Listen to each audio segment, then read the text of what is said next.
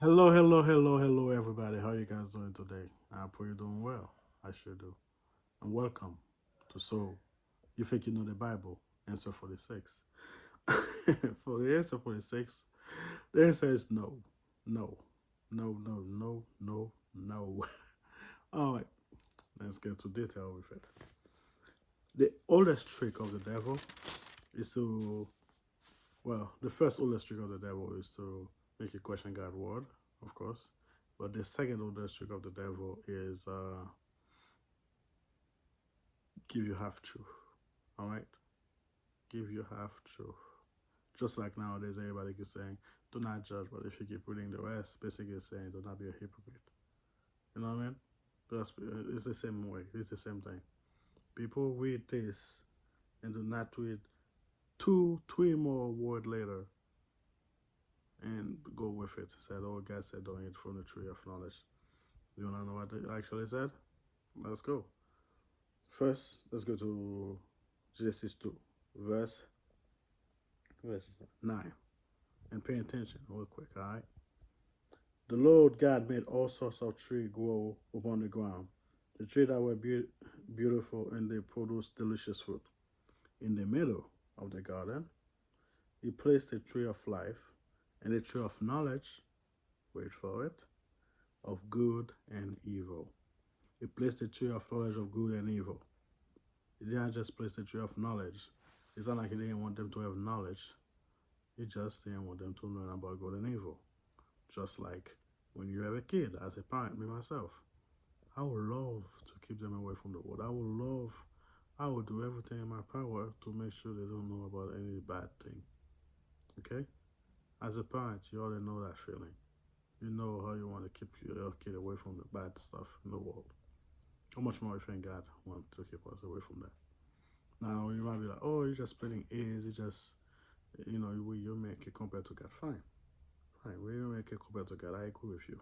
All right. I will prove one more time that he said that, not just the tree of knowledge, and then I'm gonna read an example to you guys, and you tell me, all right, from the Bible, not from an example I come up with. All right. First, let's emphasize that he said the tree of knowledge of good and evil, not the tree of knowledge. Now, same chapter, Genesis 2, now verse 15 to 17. It said, "The Lord God placed the man in the Garden of Eden to tend and watch over it. But the Lord God warned him, 'You may freely eat of the fruit of every tree in the garden, except for the tree of knowledge of good and evil. If you eat the fruit, you shall surely die.'" Again, it's not just the tree of knowledge.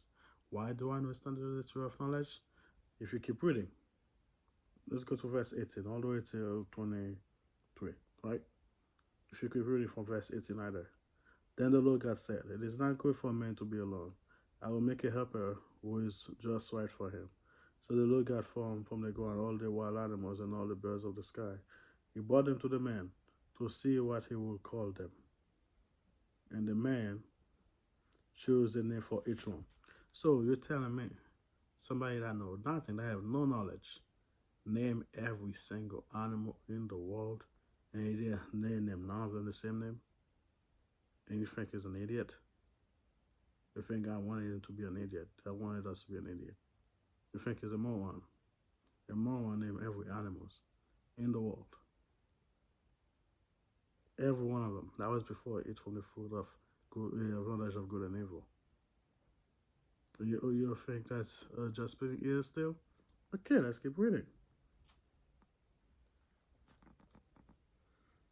Where was it? And name and choose for each one. He gave name to all the livestock, all the birds of the sky, and all the wild animals. But still, there was no helper just right for him. So the Lord God caused the man to fall into a deep sleep. While the man slept, the Lord God took out one of the man's rib and made a woman for the rib, and he brought her to the man. All right? God didn't tell him nothing. He just brought the woman to him, right? Guess what? He already knew she was the flesh of his flesh. He already knew all this, right? Well, look, at last, the man exclaimed, "This one is bone off of my bone, the flesh of my flesh. She will be called a woman because she was taken from a man." So a moron, a retard, somebody that know nothing, who say a sentence like that. He was asleep when God take his rib to make woman. Just seeing her, they recognize she's born. She's like him. She's different from the animals. Oh, not just that. He do one of the best poetry right there. He, before eat from the fruit of good of evil, of knowledge of good and evil. Right there. And then he could name her what? Woman. Because she come from man. Somebody, I think that's big philosophy right there for me. I don't know. Also, I don't know if you notice, there's nowhere in the Bible that God said he teach them how to do agriculture and all that stuff like that. He just said you're gonna eat from the ground.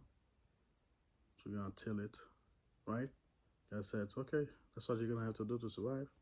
But there's nowhere in the Bible that God actually showed them how exactly to till the ground or how exactly to do this for them to survive. And they survived for over 900 years. They had to learn, they teach themselves how to do all of that, right?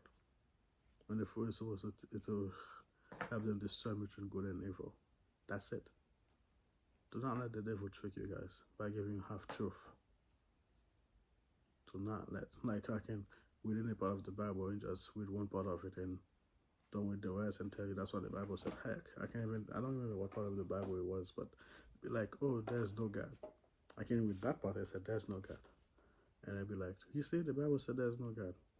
But if you actually read it, it said, a fool say in his heart, there's no God. It's the same thing. Don't just take a word or a verse from the Bible and just run with it. Fully read everything. So no, God did not want us to be stupid. God did not want us to be dumb. God loves us and we are his kids. And then as a parent, he want to keep us away from all the bad stuff. Okay? And there's a believer out there. I don't really believe that, but there's a believer out there that said the reason why God quickly kick men out of the garden so they don't eat their fruit of life to become immortal is because if you didn't kick them out, they will be part of eternity, and you can't redeem them if they're part of eternity. That's why the devil can never be forgiven, because he's already part of eternity, so he can be redeemed. I think it's a cool saying, it's nice and everything, give you some thinking, but no, I don't think that's the real reason. I think, me personally, I think if men had to eat from the fruit of life, they will start to think they are God. Oh, we're not good and evil. Oh, we live a long time. We are our own guys. We don't want to worship God. I mean, we still think that right now. Even nowadays, people are calling themselves mini gods. I'm just saying. I don't think that's too much of a fast stretch. Any little power we have. I have discussions, heated discussion with people that actually think they're gods. And we haven't even eaten from the fruit of life. I'm just saying. So that's my thought of it.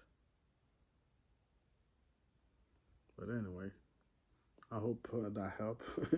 You guys know that God did not want us to be idiot. He didn't want us to be dumb. He just wanted to keep us away from, the evils, all the bad. Unfortunately, we don't like listen to God, and the devil is still using the same trick now he used back then on us nowadays, and people are falling by millions, thousands. So beware, okay? Don't fall for the same trick twice. Read the Bible, know what God would really say, and trust it. And don't make assumptions. Alright, bye. Pray for me, I pray for you guys. See you guys tomorrow.